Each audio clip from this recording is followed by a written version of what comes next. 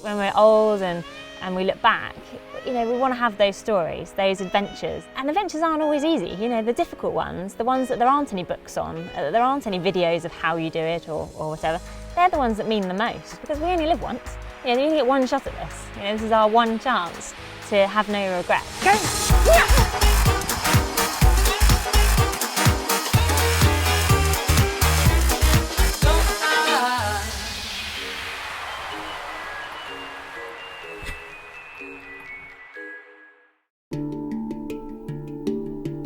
My life is like a roller coaster, right? It's either up here or I'm lying there recovering. It doesn't seem to be a lot of happy medium, to be honest. It is quite an exhausting lifestyle. So lying there for 3 months, sort of recovering and not being able to do anything with horses and being totally reliant on people helping me, just made me realise that I can't afford to let that happen again, because it's just a waste of my life. I'm wasting 3 months of my life here. When I could come back to riding, the first day I was allowed back on, I was cartwheeling off them again or something, just to prove I hadn't lost my nerve, as everyone says, might happen. And then again, I had another stupid accident. A few months after that, I dislocated my shoulder. Part of that was the horse had been unsound, so he couldn't do enough work. But rather than realising that and fixing that, by using a different horse or training another horse up, I just kept getting myself injured. And I realised that I was actually going to miss out on my whole life if I kept this up. There was only so many times I could break myself and mend myself and pick myself up again to be motivated to keep doing it.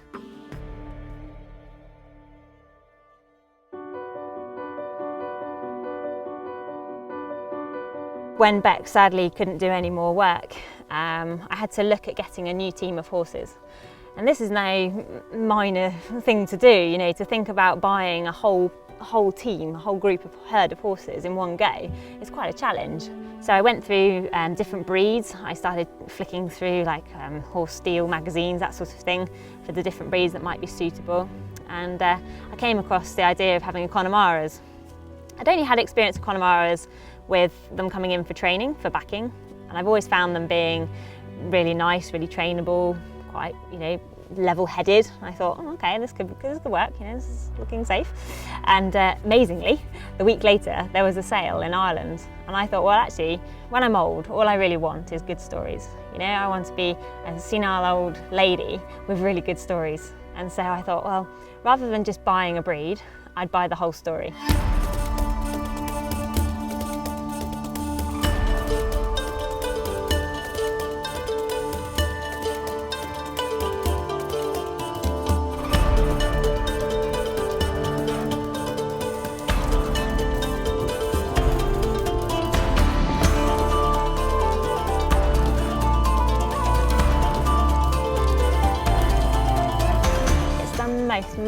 Magical place. It's beautiful, it's everything you completely imagine it to be. From the moment we drove into Connemara National Park, I was completely sold on the idea. I knew I'd done the right thing and this was going to be a whole new chapter.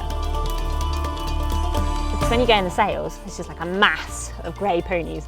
It's like, oh boy, where do you start? And then I was thinking, oh my God, 1,000 grey ponies or something. I knew roughly, I got on really well with the stallion and geldings, so I thought, right, I'll stick to what I know. But we quickly went through the catalogues and I started ticking off ones that might be suitable. And in the pens, they're in, say, maybe groups of 4 or 5. And I picked the ones that weren't doing all the beating up or weren't completely the bottom of the pecking order, if you like. So they weren't the ones that looked the slimmest or had the most bite marks, things like that. And then it was actually quite scary having to bid on. I was terrified because you're making a decision for the rest of, for the next 15, 20, 25, possibly 30 years. It's not a decision to make lightly. Anyway, I found a few that I wanted. These are 2 of them, Nala and Atlantis, and some of the others that are part of my team.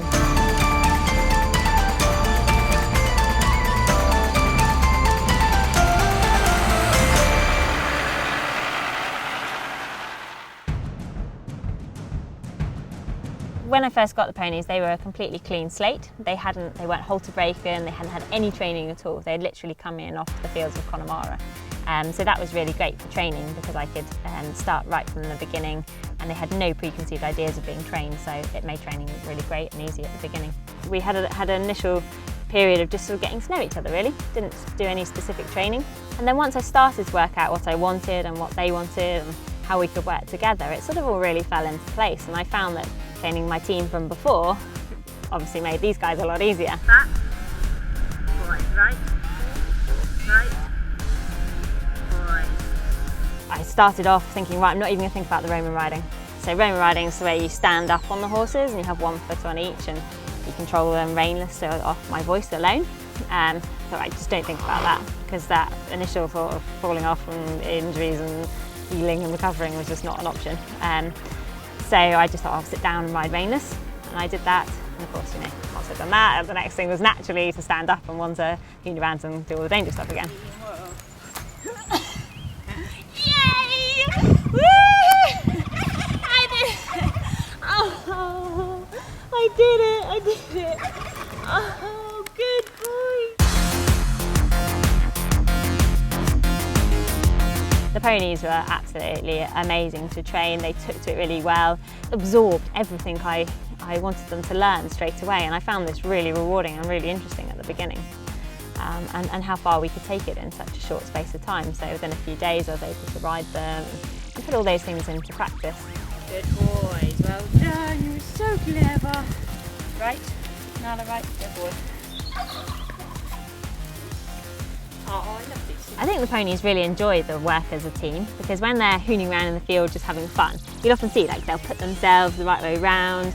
They'll even wait for one another and get the other one in formation before they then hoon around all together. So I think you can see them enjoying what they're doing and using it to their own advantage when it comes to playing and fighting in the field.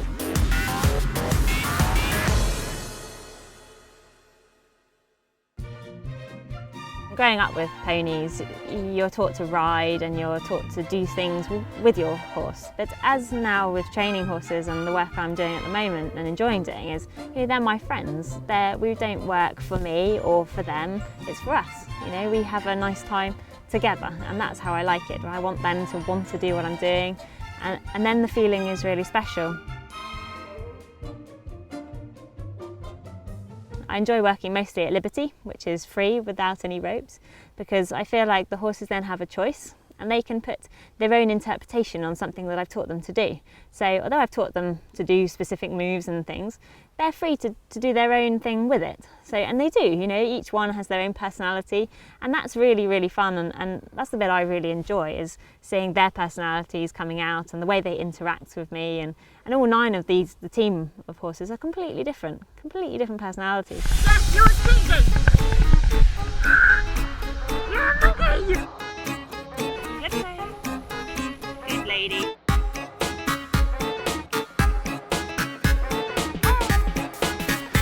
For me, the most important thing is that the horses are happy. I want them to feel like they're proper horses. They live in herds, they're interacting with each other all of the time, they're playing, they're fighting, they're rolling, they're scratching. They're doing things that are really important to them. And then when I ask them to do something with me, they're intrigued. They're naturally inquisitive animals, so their answer is always, yeah, sure, what should we do? And that's really nice, and that's the bit I really like, is when they want it.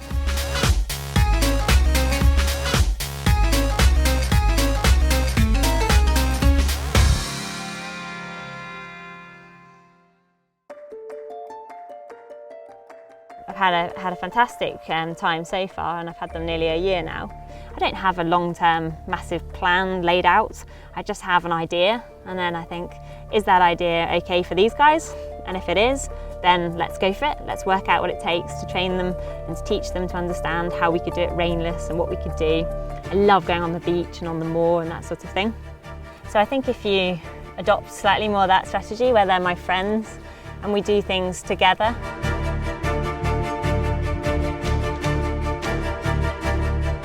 and then I think anyone can enjoy working with horses at Liberty and loose and that sort of thing. The future going forward is really exciting with them, because they really do feel like there is no limit to what we could achieve together. I said that working with horses is like a roller coaster, but when you get to the high bits, there's nothing quite like it. When you have a connection and a horse looks at you a certain way, or like the group of them look at me a certain way, like they totally understand and they totally get it, and that they want to be with me, the most special thing. You know, it's not something really you can put into words very well, but when a horse shares that with you, you want it more and more.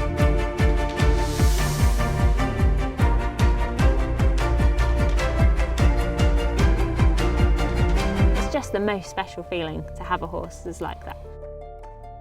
You can feel what it is in their life to be them, and then in that way I get to share what it is to be part of their herd.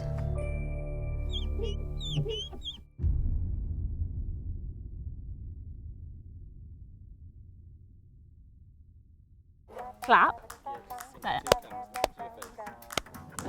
And in front of your face. Oh, right. Sorry. Oh,